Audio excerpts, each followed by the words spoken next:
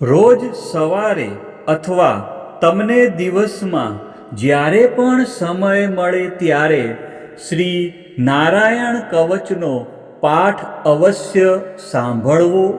શ્રીમદ ભાગવતના 6ઠ્ઠા સ્કંધના 8મા અધ્યાયમાં શ્રી નારાયણ કવચ ત્વષ્ટા ઋષિના પુત્ર વિશ્વરૂપ ઇન્દ્રને કહે છે. વિશ્વરૂપ કહે છે, જ્યારે ભયનો સમય પાસે આવ્યો હોય ત્યારે મનુષ્યે હાથ પગ ધોઈ આચમન કરી ઉત્તર દિશા તરફ મુખ રાખી શ્રી નારાયણ કવચનો પાઠ કરવો. જ્યારે ભય આવે ત્યારે શ્રી નારાયણ રૂપનામ બખ્તર ધારણ કરવું. નારાયણ કવચ ગરુડની પીઠ પર ચરણ કમળ ધારણ કરનારા, 8 સિદ્ધિઓવાળા, 8 બાહુઓવાળા અને તે 8 બાહુઓ વિશે શંખ, ચક્ર, ઢાલ, ગદા, બાણ, ધનુષ્ય તથા પાસને ધારણ કરનારા શ્રી હરિ મારી સર્વ પ્રકારે રક્ષા કરો. જળમાં મત્સ્યાવધારી ભગવાન જલજંતુઓથી તથા વરુણના પાસથી મારી રક્ષા કરો. માયાથી બટુક બનેલા વામનજી સ્થળમાં મારી રક્ષા કરો. શ્રી વિશ્વરૂપ ત્રિવિક્રમ ભગવાન આકાશમાં મારી રક્ષા કરો. અસુરના અધિપતિઓના શત્રુ ભગવાન નરસિંહ સંકટકારક વનવગડાઓમાં તથા સંગ્રામ વગેરેમાં મારી રક્ષા કરો. જે નરસિંહના ખડખડાટ હાસ્યના શબ્દથી દિશાઓ ગાજી ઉઠી હતી અને ગર્ભિણીઓના ગર્ભ પડી ગયા હતા. પોતાની દાઢથી પાતાળમાંથી પૃથ્વીનો ઉદ્ધાર કરનારા ભગવાન યજ્ઞમૂર્તિ વરાહ માર્ગમાં મારી રક્ષા કરો. પરશુરામ પર્વતોના શિખરોમાં મારી રક્ષા કરો અને ભરતના મોટા ભાઈ શ્રી રામ તથા શ્રી લક્ષ્મણ પ્રવાસમાં મારી રક્ષા કરો. અભિચારી વગેરે સર્વ ઉગ્ર ધર્મમાંથી તથા પ્રમાદમાંથી શ્રી નારાયણ ભગવાન મારી રક્ષા કરો. નર ભગવાન ગર્વથી રક્ષા કરો. યોગના સ્વામી શ્રી દત્તાત્રેય યોગ ભ્રંશથી મારી રક્ષા કરો. ગુણના સ્વામી શ્રી કપિલ દેવ કર્મના બંધનથી મારી રક્ષા કરો. સનતકુમાર કામદેવથી મારી રક્ષા કરો. હયગ્રીવ ભગવાન રસ્તામાંથી જતા દેવતાઓને પ્રણામ ન કરવા રૂપી અપરાધમાંથી મારી રક્ષા કરો.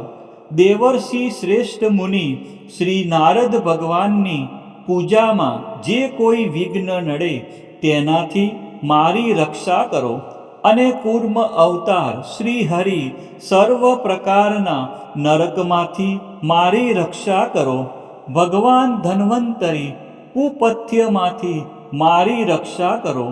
જીતેન્દ્રિય ભગવાન ઋષભદેવ કામ ક્રોધ આદિના ભયમાંથી મારી રક્ષા કરો. યજ્ઞાવતારી ભગવાન લોક અપવાદથી મારી રક્ષા કરો.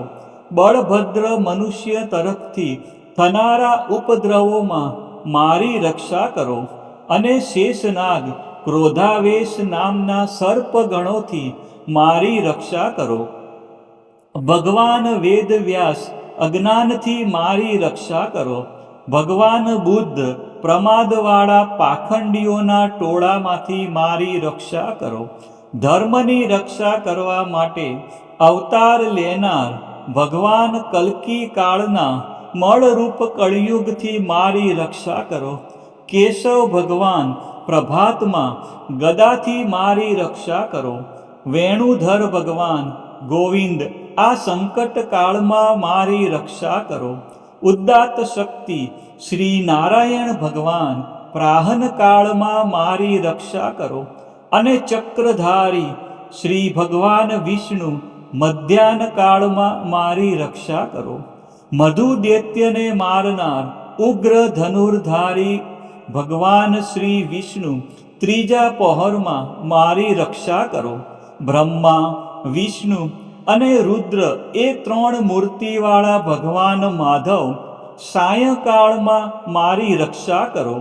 ઇન્દ્રિયોના સ્વામી ઋષિકેશ ભગવાન પ્રદોષ કાળમાં મારી રક્ષા કરો.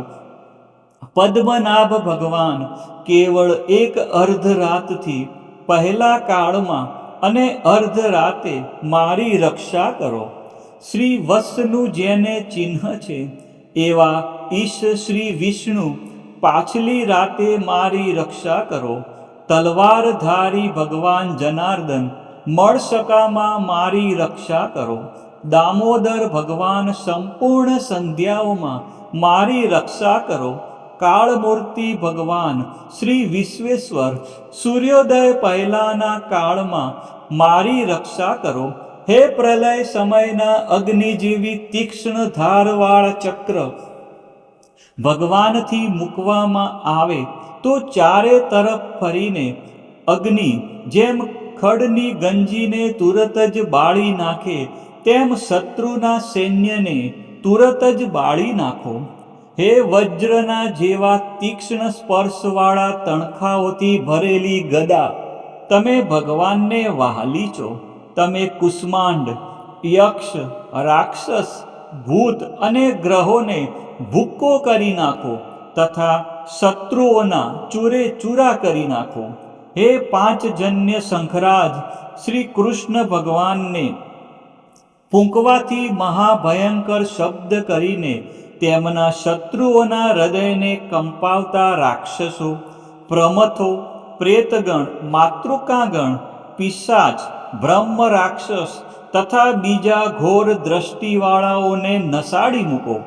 હે તીક્ષ્ણ ધારવાળી તલવાર, તમે ભગવાનના હસ્ત દ્વારા પ્રેરાઈને મારા શત્રુઓના સૈન્યને કાપી નાખો.